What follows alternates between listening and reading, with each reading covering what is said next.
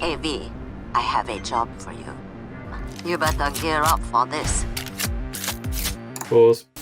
So in this clip, the first gun we get a good look at is a fairly conventional looking handgun. It appears to have a polymer frame and some sort of slide. So far so conventional, but there is an internal bolt like a broom handle Mauser that pulls back, and then at a certain point a slide then comes back as well. We can see different controls on the side of the gun there. None of those make immediate sense to me. That might just be what we call in the movie industry greeblies to dress up the design and make it look cool. I also noticed that there are what appear to be some very interesting iron sights on this gun, which are reminiscent of fiber optic sights on a contemporary pistol. So they're red, they're glowing, there's a sort of triangle in the front and an angle at the back. That's all fine, but the modern trend is very much toward red dot sights on pistols. I'll be very surprised if by 2077 every handgun doesn't have some sort of low profile red dot sight on it. But hey, this is a sort of 1980s inspired cyberpunk future, so anything goes.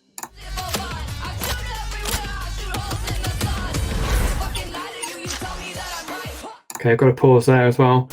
Right, the smart weapons. As far as I can gather, the smart bit is the ammunition. A little bit like Fifth Element, where we've got the repeat function, where you shoot one bullet to a location and then the others magically follow it, which is very cool but ridiculous. We've got sort of takes on that where the ammunition is being guided in some way. So that's something that's got a minor basis in reality and might well be where things go in the future in some way, because we have things like the tracking point rifle, which was a fairly conventional rifle, but it was almost like a jet fighter setup. You would mark where your reticle was, you press a button near the trigger, and that would tell the computer in the gun that that's what you want to hit, and then you would hold down the trigger and the gun would fire when everything was lined up. The main basis of that was a laser rangefinder built into the gun, so it knows the distance, it calculates the bullet drop for the type of ammunition that's loaded into the gun. The only thing it couldn't do is to gauge wind speed and direction, which is one of the many skills that snipers have to develop. The other approach is what we're seeing in Cyberpunk, which is guiding the projectile, and that's something that on a small arms level, so like below 20mm caliber, we've only really seen from DARPA in America, who have experimented with 50 caliber bullets, because you need the bullet to be big enough to contain guidance technology, and they are able to effectively inflate or deflate bands on the bullet to change the air resistance over the bullet and steer it, so you can actually fire a bullet roughly where you want it to go and then guide it into the exact spot you want it to go.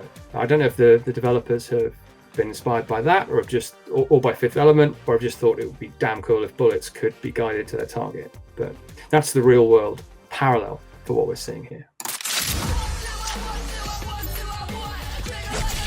My expertise lies in firearms. I'm not really a melee weapon or edge weapon person, but I can't resist briefly talking about the thermal katana. Sci-fi edge weapons are kind of fascinating. So the archetypal version is obviously the lightsaber from Star Wars, and it looks like this thermal katana is kind of giving you that ability.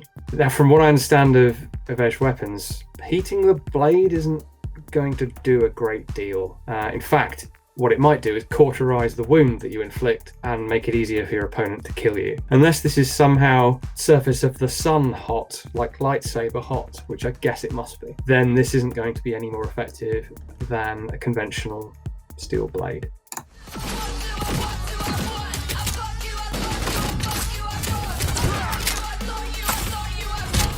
Something that's been a staple of first-person shooters. I know this is a role-playing game, but it is first-person and it is shooty as well, is the good old double-barrel shotgun. So since Doom 2,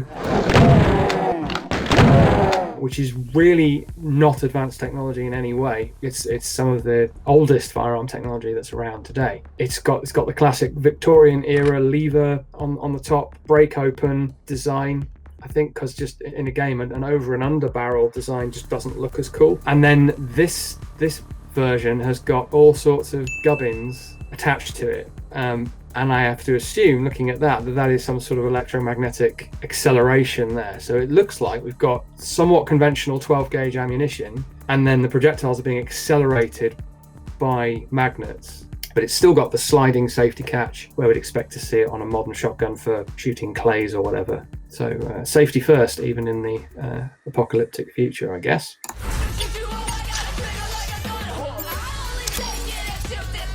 Pause again. Speaking of shotguns, we've got a more conventional concept in the Carnage from the amusingly named Budget Arms. The Carnage appears to be a futuristic pump-action shotgun, which is curious in a way because we already have lots of really good self-loading shotguns. They're reliable enough that the pump shotgun is kind of, as far as I'm aware, falling away in sort of common use. What this appears to be is a sort of self-defense riot shotgun type thing with a futuristic aesthetic to it. Strip that away and it's not much different than something like a Remington 870, as far as I can tell. We've got that futuristic stock with a sort of thumb hole design, which is not seen as terribly practical in real life. Now it says 4 gauge buckshot.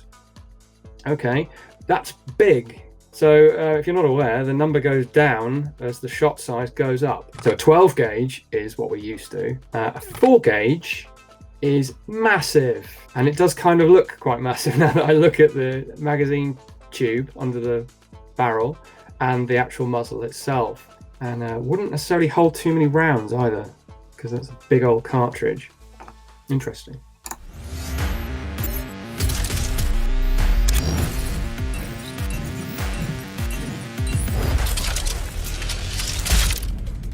So that, the Nekomata there, it's billed as a sniper rifle, and I suspect in universe that's exactly what it is. Looking at how it's been used, it does look like a sort of super accurate precision weapon. It's got the adjustable buttstock with cheek piece, suggestive of something more like a sniper rifle. Equally, with this level of technology, there's no reason why it couldn't be a designated marksman rifle as well, or instead a DMR. By swapping those optical sights, you could have engagement ranges from sort of 300 meters out to 2,000 or more. That's potentially where technology will go, is that weapons will be configurable. Keen to see how that plays out in the game.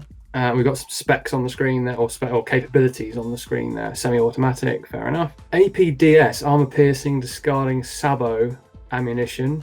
No reason why that couldn't be a thing. Steel, though, is a bit weird. I'd expect that the future, alternate near future, whatever, would probably have something more dense, harder than steel. So we very quickly flash on some different optics here, which are interesting. Looks like it might use several small cameras to create a sight picture. We're starting to go that way a little bit with military rifle optics, that just the very beginnings of starting to use camera optics rather than a simple lens. So that's an interesting extrapolation of where things are going. It looks enough like a modern optical sight that you get the idea that what it's supposed to be, but it's clearly very high tech.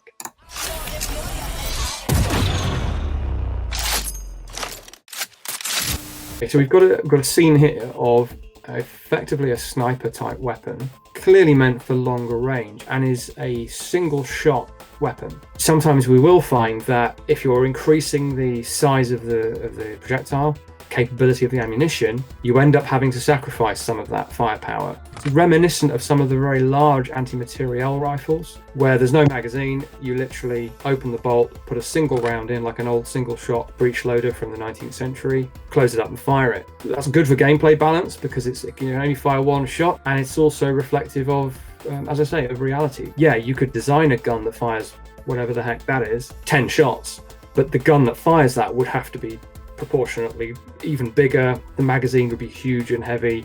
You don't want to be running and gunning with that anyway, whether it's real life or in a game. It makes sense, and it means that you're not overpowered.